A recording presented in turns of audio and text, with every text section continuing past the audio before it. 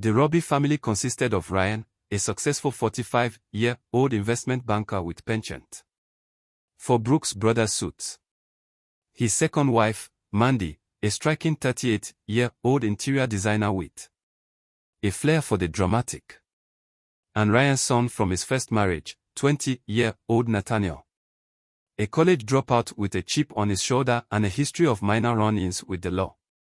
To their neighbors, the Robbies appeared to be living the American dream. Ryan's career was thriving. Mandy's design business was gaining traction among Oakdale's elite.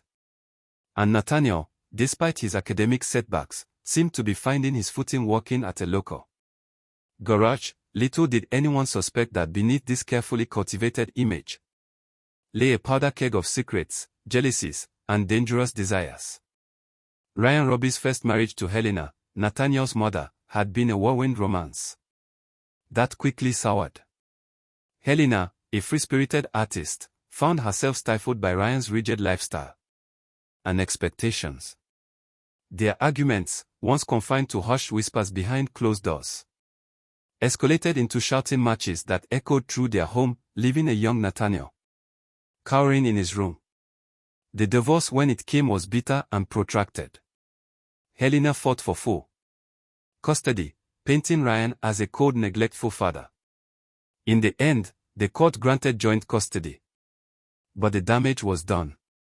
Nathaniel, then only 10 years old at the time, was torn between two warring parents. His loyalty constantly tested. Helena's subsequent move to the West Coast for her art career left Nathaniel feeling abandoned, fueling a resentment that would smolder for years to come. Ryan threw himself into his work, climbing the corporate ladder with single-minded determination. She was at a charity gala, 3 years after his divorce, that he met Mandy Rossi. She was captivating. With her raven hair and quick wit, a breath of fresh air in Ryan's state world. Mandy saw in Ryan not just financial security, but a chance at the stable family life she'd never had, growing up in foster care. Their courtship was swift, and within a year, Mandy had moved into the Robbie home. Nathaniel, now 14 and in the throes of adolescent angst, viewed his new stepmother with suspicion and hostility. Mandy's attempts to bond with her stepson were met with cold indifference at best and open hostility at worst. As the years passed, the divide between Mandy and Nathaniel grew. Ryan, eager to avoid conflict, turned a blind eye to the tension, convincing himself that time would heal all wounds. Mandy, frustrated by her inability to connect with Nathaniel, gradually withdrew, focusing on her burgeoning design career and the social circles it opened up to her. Nathaniel's teenage years were marked by rebellion, skipping classes, experimenting with drugs, and petty theft. Each incident widened the chasm between him and his father, with Mandy often caught in the crossfire. By the time Nathaniel grudgingly enrolled in the local community college, the Robbie home had become a battleground of unspoken grievances and simmering resentments, setting the stage for the explosive events to come. The catalyst for the Robbie family's unraveling came on a sweltering July afternoon. Nathaniel, having dropped out of college and now working as a mechanic, returned home earlier than usual, nursing a hangover. In a foul mood. The house was quiet. Ryan away on a business trip and Mandy presumably at a client meeting, seeking aspirin for his pounding headache. Nathaniel entered the master bedroom, a space he usually avoided. As he rummaged through the medicine cabinet, a buzzing sound caught his attention. Mandy's phone, forgotten on the nightstand, lit up with a new message. Perhaps it was the lingering effect of the previous night's indulgences, or simply a malicious impulse, but Nathaniel found himself reaching for the device. The message preview on the lock screen made his eyes widen. "Can't wait to see you later, my love. Axa." His stepmother's phone was locked, but this single message was a key to a Pandora's box of secrets. Over the next hour, Nathaniel sat on his parents' bed. His headache forgotten as more messages arrived, each one more incriminating than the last. He learned that the sender was one Xavier Krasinski, a name he vaguely recognized as a client of Mandy's. Design business, the message is painted a vivid picture of a torrid affair that had been going on for months. There were references to clandestine meetings, passionate encounters, and promises of a future together. As the reality of his discovery sank in, a mix of emotions washed over Nathaniel. There was disgust at the thought of his stepmother's infidelity, a twisted sense of satisfaction at having ammunition against the woman he'd resented for years, and beneath it all, a spark of opportunity. When Mandy returned home that evening, she found Nathaniel waiting for her in the kitchen, an unsettling smirk playing on his lips. The air was charged with tension as he casually asked about her day. His eyes glinting with newfound knowledge, Mandy, sensing something amiss, answered cautiously, unaware that her carefully constructed world was about to come crashing down around her. Nathaniel wasted no time in revealing his hand, with a casualness that belied the weight of his words. He mentioned Xavier's name. Watching as the color drained from Mandy's face, he laid out what he knew, savoring each flinch and gasp from his stepmother as he recounted the details of her affair. Mandy's initial denials quickly gave way to desperate pleas, as Nathaniel made his intentions clear. He wanted money, $1,000 a month in exchange for his silence. The irony wasn't lost on him. For years he'd resented Mandy's presence in his life, and now he saw an opportunity to profit from it. Her voice shaking, Mandy tried to reason with him. She spoke of family loyalty, of the pain this would cause Ryan, of the potential to tear their lives apart. But Nathaniel was unmoved. With cold calculation, he pointed out that it was Mandy who had jeopardized their family with her infidelity. He was merely capitalizing on her mistake. The negotiations were tense, with Mandy trying to bargain the amount down and Nathaniel standing firm. In the end, faced with the prospect of losing everything, her marriage, her social standing, her carefully cultivated image, Mandy capitulated. She agreed to Nathaniel's terms. Her voice hollow with defeat, as she promised to make the first payment the following day. As Nathaniel left the kitchen, a sense of power surged through him. He had the upper hand for the first time in years, and he intended to make the most of it. Mandy left alone, her mind racing as she grappled with the magnitude of her predicament. The first payment was made in cash, handed over in a plain envelope in the garage, away from prying eyes. Nathaniel counted the bill slowly, relishing Mandy's discomfort. With a smirk, he reminded her that this was just the beginning. In the weeks that followed, a new dynamic took hold in the Robbie household. On the surface, little had changed. Ryan remained oblivious, absorbed in his work. But beneath the veneer of normalcy, a current of tension crackled. Mandy walked on eggshells, her once confident demeanor replaced by nervous glances and forced smiles. Nathaniel, emboldened by his newfound power, became more openly disrespectful, knowing Mandy wouldn't dare challenge him. As summer waned, the weight of her secret, and the strain of meeting Nathaniel's demands began to take their toll on Mandy. Little did she know this was only the beginning of a nightmare that would spiral far beyond her control. As weeks turned into months, the fragile equilibrium in the Robbie home began to crumble. Nathaniel, intoxicated by his newfound power, grew bolder in his demands. The monthly payments, once a source of smug satisfaction, now seemed paltry compared to the control he wielded over his stepmother's life. It started small. Snide comments at the dinner table, thinly veiled threats disguised as innocent conversation. Nathaniel would casually mention Xavier's name in Ryan's presence. Watching Mandy's face contort with panic, before smoothly changing the subject, he reveled in her fear. In the way her hands would shake as she poured the wine, in the dark circles that began to form under her eyes, as sleepless nights took their toll. By October, the original agreement no longer sufficed.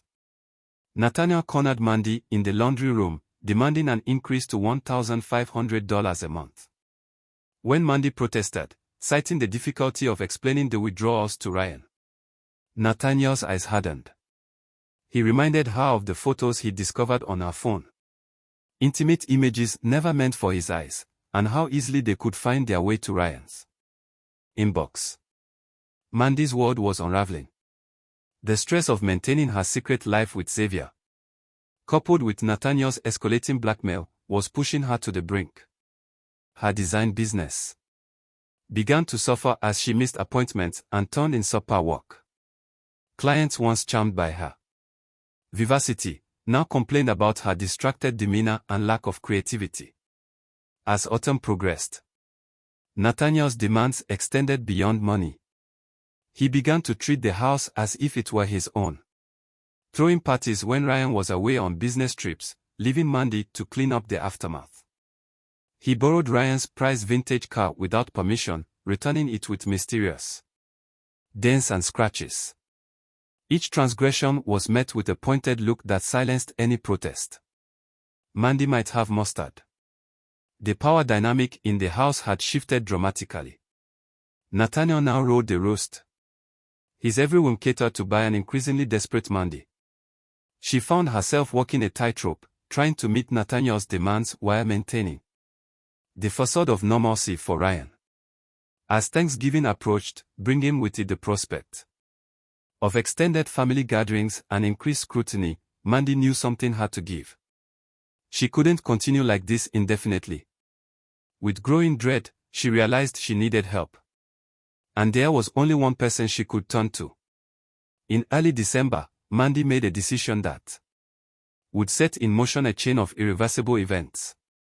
After weeks of agonizing, she confided in Xavier about the blackmail. The meeting took place in a nondescript motel on the outskirts of town. Their usual rendezvous point, as Mandy poured out the whole sordid tale, her voice cracking with emotion. Xavier's expression darkened. His initial shock gave way to a cold, calculating anger that sent a chill down Mandy's spine. What Mandy didn't know that Xavier Krasinski was not merely the successful businessman and charming lover she believed him to be. Beneath his polished exterior lay a history of violence and criminal connections that he'd carefully concealed from her. Xavier's past included a stint in prison for aggravated assault, associations with local organized crime, and a reputation for handling problems with ruthless efficiency. As he listened to Mandy's story, wheels began turning in his mind. This wasn't just about protecting their relationship anymore. It was about eliminating a threat. He assured Mandy that he would take care of everything. His tone soothing but his eyes hard as flint. Mandy, desperate for a solution and blinded by her feelings for Xavier, felt a wave of relief wash over her. Finally, she thought, someone else would shoulder this burden. Over the next few days, Xavier set his plan in motion. He reached out to old contacts, gathering information on Nathaniel's habits, his workplace, his favorite haunts. He was meticulous in his planning, leaving nothing to chance. Unbeknownst to Mandy, Xavier had no intention of simply buying Nathaniel's silence or reasoning with him. In Xavier's world, problems like this were solved permanently, and collateral damage was an acceptable risk. As Christmas decorations began to appear in the windows of Oakdale's homes, Xavier made his move. He approached Nathaniel outside the garage where he walked, his demeanor friendly, but his eyes cold. The conversation that followed was brief, but loaded with unspoken threats. Xavier made it clear that he knew about the blackmail, and that Nathaniel was playing a dangerous game. Nathaniel, however, was not as easily cowed as Xavier had anticipated. Years of resentment and the taste of power had hardened him. Instead of backing down, he sneered at Xavier, suggesting that perhaps Ryan would be interested in knowing about his wife's extracurricular activities. As Xavier walked away, his genial mask slipping to reveal a flash of genuine anger. Both knew that the stakes had just been raised exponentially. The game was no longer just about money or secrets. It had become a battle of wills, with potentially deadly consequences. The week before Christmas, Xavier decided to take more direct action. His warning to Nathaniel had fallen on deaf ears, and he knew that Mandy was at her breaking point. Under the guise of a pre-holiday drinks invitation, Xavier lured Nathaniel to a secluded area near the old mill on the outskirts of town. The winter air was crisp. He offered a substantial sum, $50,000, for Nathaniel to leave and never contact Mandy again. He was meant to be a final generous offer before resorting to more drastic measures. Nathaniel, however, had severely underestimated the danger he was in. Emboldened by months of successfully manipulating Mandy, he scoffed Xavier's offer. In a display of youthful arrogance, he countered with an outrageous demand: $250,000, or he'd expose both Mandy and Xavier to Ryan and the entire community. What happened next was a blur of motion and violence. Xavier, his patience exhausted, lashed out with a speed and ferocity that caught Nathaniel completely off guard. The ensuing struggle was brief, but brutal. Xavier's experience and ruthlessness quickly overwhelmed Nathaniel, leaving the younger man battered and bloodied on the frozen ground. As Nathaniel lay there tasting blood and fear for the first time, Xavier delivered a final warning. This was his last chance to walk away, to forget everything he'd seen and heard. The next time, Xavier promised, there would be no warnings, no offers, only consequences, shaken and in pain. Nathaniel stumbled home that night, his mind reeling. The reality of his situation had finally hit home. He was no longer the one in control. He was in over his head, tangled in a web far more dangerous than he'd ever imagined. For a brief moment, as he nursed his wounds in the solitude of his room, Nathaniel considered taking Xavier's advice and disappearing. But as the pain of his injuries gave way to a burning anger, his resolve hardened. He wasn't going to be intimidated. If anything, this attack had only strengthened his determination to see this through to the end, whatever that might be. As Christmas approached, the atmosphere in the Robbie home grew increasingly tense. Mandy, already stretched to her breaking point, now had to contend with Nathaniel's escalating demands and increasingly erratic behavior. The bruises from his encounter with Xavier had faded, but his anger had only intensified. Ryan, no longer able to ignore the palpable tension, began asking more pointed questions. The cracks in Mandy's carefully constructed facade were beginning to show, and she found herself struggling to maintain the illusion of normalcy. It all came to a head on Christmas Eve. The Robbies were hosting their annual holiday party. The house filled with the sounds of laughter and clinking glasses. Mandy, dressed in a stunning dress, moved among the guests with practiced ease, her smile never quite reaching her eyes. Nathaniel, sullen and nursing a whiskey in the corner, watched his stepmother with barely concealed contempt. As the night wore on and the alcohol flowed freely, his inhibitions lowered dangerously. In a moment of reckless anger, he approached Mandy as she chatted with some of Ryan's colleagues. Whispering in her ear, he demanded another payment. $5,000 this time by the end of the week. When Mandy, her face pale but composed, tried to quietly reason with him, Nathaniel's control slipped. Mandy, her heart pounding, quickly excused herself and practically dragged Nathaniel to the study. Once there, she unleashed months of pent-up fear and frustration. In hushed but intense tones, she told Nathaniel that she was done. She couldn't pay him anymore. If he wanted to tell Ryan, then so be it. She was tired of living under the weight of his threats. Nathaniel, caught off guard by her sudden defiance, lashed out verbally, threatening not just to expose her affair but to destroy her reputation, her marriage, her entire life. He stormed out of the study, leaving Mandy trembling but oddly relieved. She had finally stood up to him. Consequences be damned. As the party wound down and guests began to leave, Mandy knew she had reached a point of no return. Something had to be done, and soon. With shaking hands she reached for her phone and sent a text. To Xavier. We need to talk, it's urgent. January 15th, dawn cold and grey. A fitting backdrop for the tragedy about to unfold. Mandy had spent the weeks since Christmas in a state of constant anxiety, jumping at every sound, flinching every time Nathaniel entered a room. Her conversation with Xavier had been brief but intense. He had listened to her desperate pleas, his face an unreadable mask, and simply said, I'll take care of it.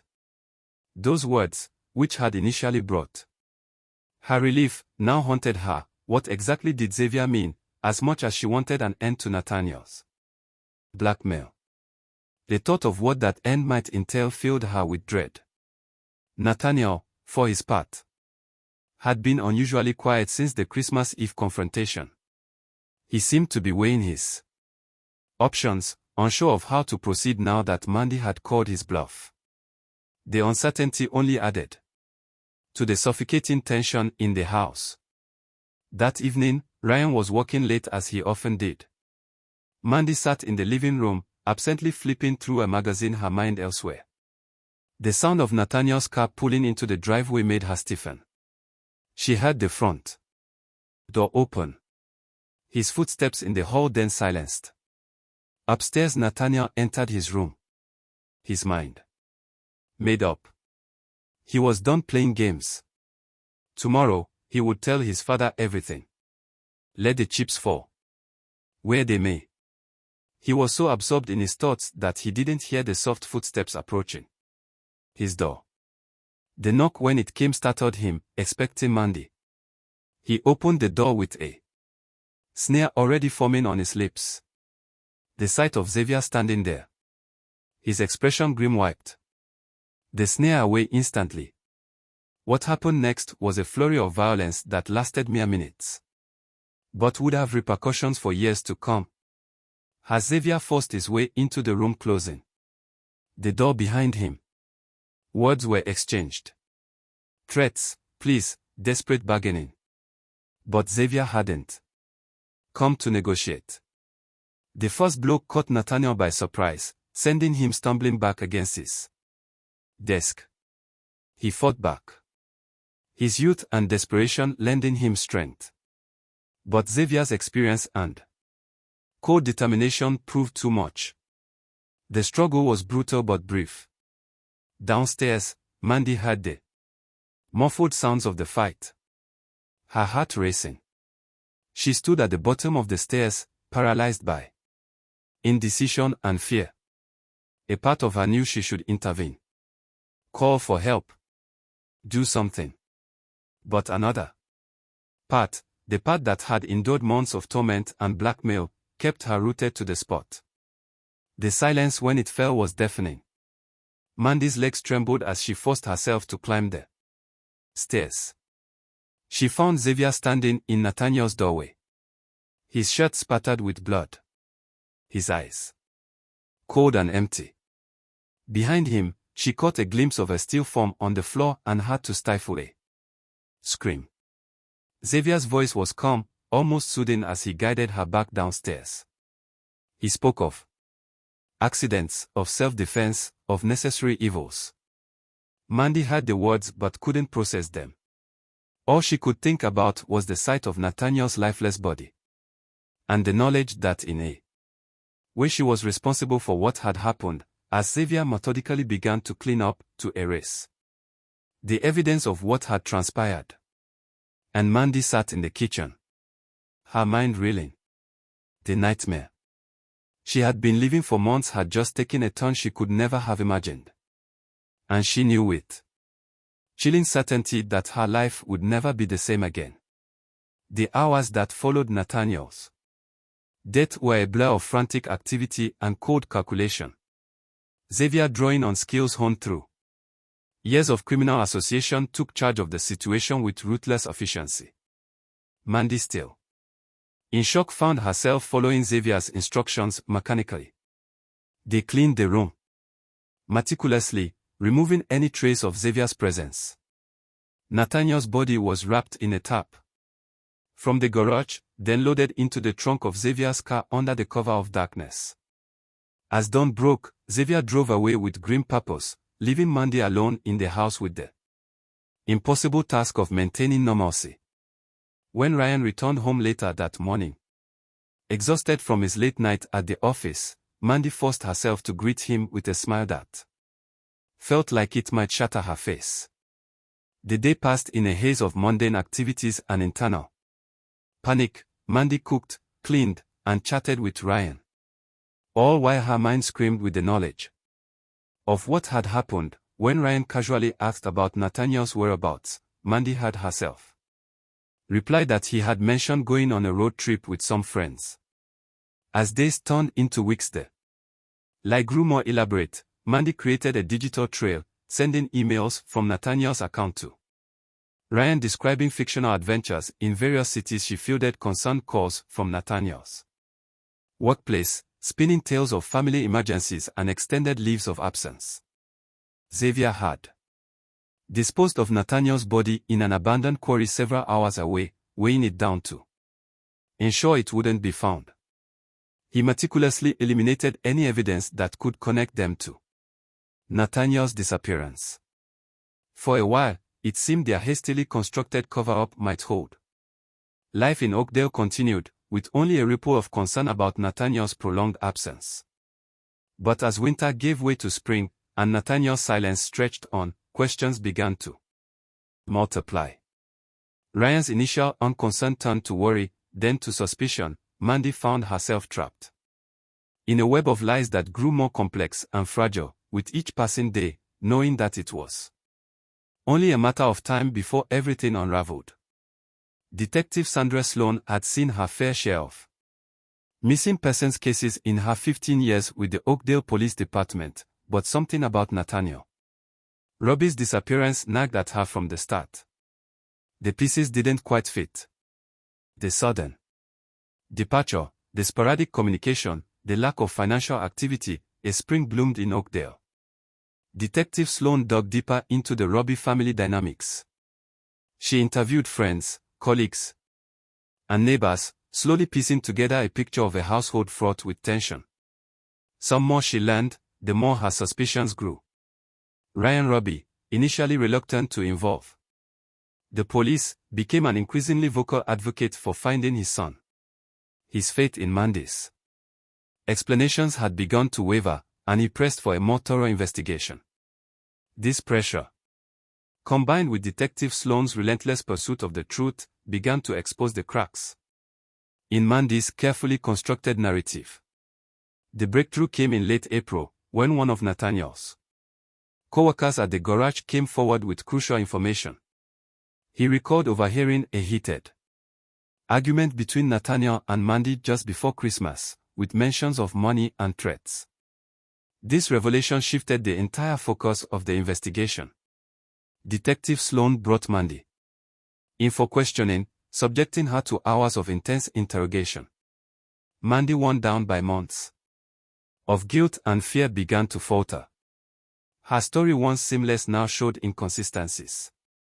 She stumbled over dates, contradicted her earlier statements, and grew visibly agitated when pressed about her relationship with Nathaniel. As Mandy's composure crumbled, Detective Sloan sensed she was on the verge of a breakthrough. She decided to take a risk. Bluffing about evidence they didn't actually have, she mentioned phone records showing frequent contact with an unknown number around the time of Nathaniel's disappearance, implying they knew about Xavier's involvement. The gambit worked. Mandy, believing the police knew far more than they actually did, broke down. Through tears and gasping sobs, she confessed to the affair, the blackmail, and her knowledge of Nathaniel's fate. She implicated Xavier, portraying herself as a terrified bystander to his actions. With Mandy's confession, the case broke wide open. An APB was issued for Xavier Krasinski, and search teams were dispatched to the quarry, where Nathaniel's body had been hidden. As news of the confession spread through Oakdale, the community reeled from the shocking revelations. The picture-perfect family on Maple Street had harbored darker secrets than anyone could have imagined. In the days following Mandy's confession, Oakdale became the center of a media frenzy. Those vans lined Maple Street, reporters clamoring for any tidbit of information about the scandalous murder that had rocked the quiet suburb. Detective Sloan, now heading a task force dedicated to the case, worked tirelessly to bring all the perpetrators to justice. Thanks to Detective Sloan's skillful coordination with state and federal authorities, Xavier was apprehended at a bus station in Nevada, attempting to cross into Mexico. His arrest was the final piece of the puzzle. Under intense interrogation, Xavier eventually corroborated much of Mandy's story, though he attempted to paint himself as a man driven to desperate measures by love. He revealed the location of key evidence, including the murder weapon and some of Nathaniel's personal effects, which he had kept as a twisted sort of trophy. As the full extent of the conspiracy came to light, the impact on those involved was profound. Ryan Robbie, confronted with the brutal truth of his wife's infidelity and his son's death, withdrew from public life. Friends reported that he seemed a shell of his former self, devastated by the twin betrayals of the two people he had trusted most. The community of Oakdale, once so proud of its safe, wholesome image, was forced to confront the darkness that had festered beneath the surface. For Detective Sloan, the resolution of the case was bittersweet. While she took pride in unraveling the complex web of lies and bringing the perpetrators to justice, she couldn't shake the feeling that if she had pieced things together sooner, a young man's life might have been saved. In the end, justice was served, but it brought little comfort to those most affected.